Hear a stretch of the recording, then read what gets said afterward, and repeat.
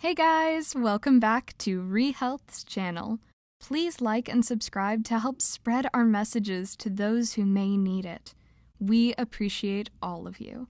Today we are talking about how to cope when you are emotionally drained from a loved one's addiction. Let's get into it.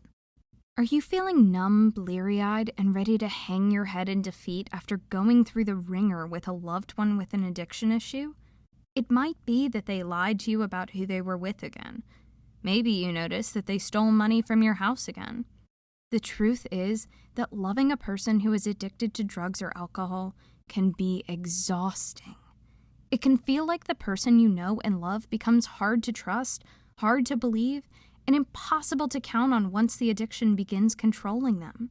You never know if you can believe the words that they're saying. Worse, you always feel like they'll choose their substance over you. For your heart to survive through this, you need coping strategies for setting boundaries. Take a look at 4 ways to cope when a loved one's addiction has left you emotionally drained. Number 1.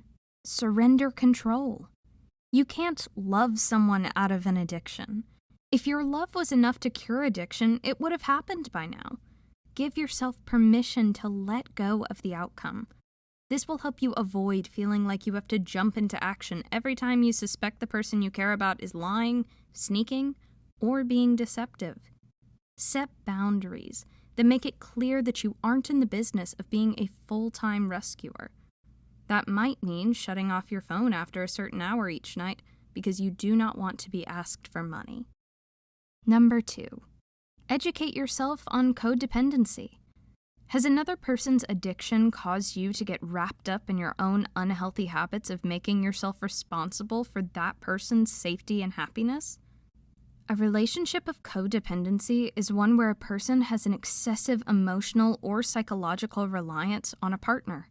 It is very common in relationships where addiction is present. You may actually need to consider your own support program for partners and family members of people with addictions. Yes, they exist. Number 3. Build a support system. Acknowledge that you're a person beyond your relationship. The best way to do this is by pursuing healthy relationships with new people. Invest time in people around you who are capable of having equal, give-and-take relationships with you.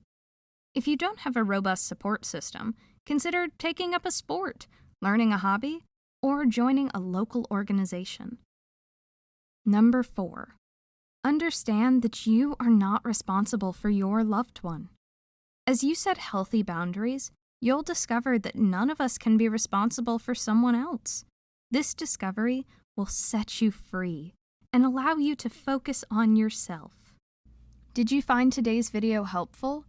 Let us know how you feel in the comments,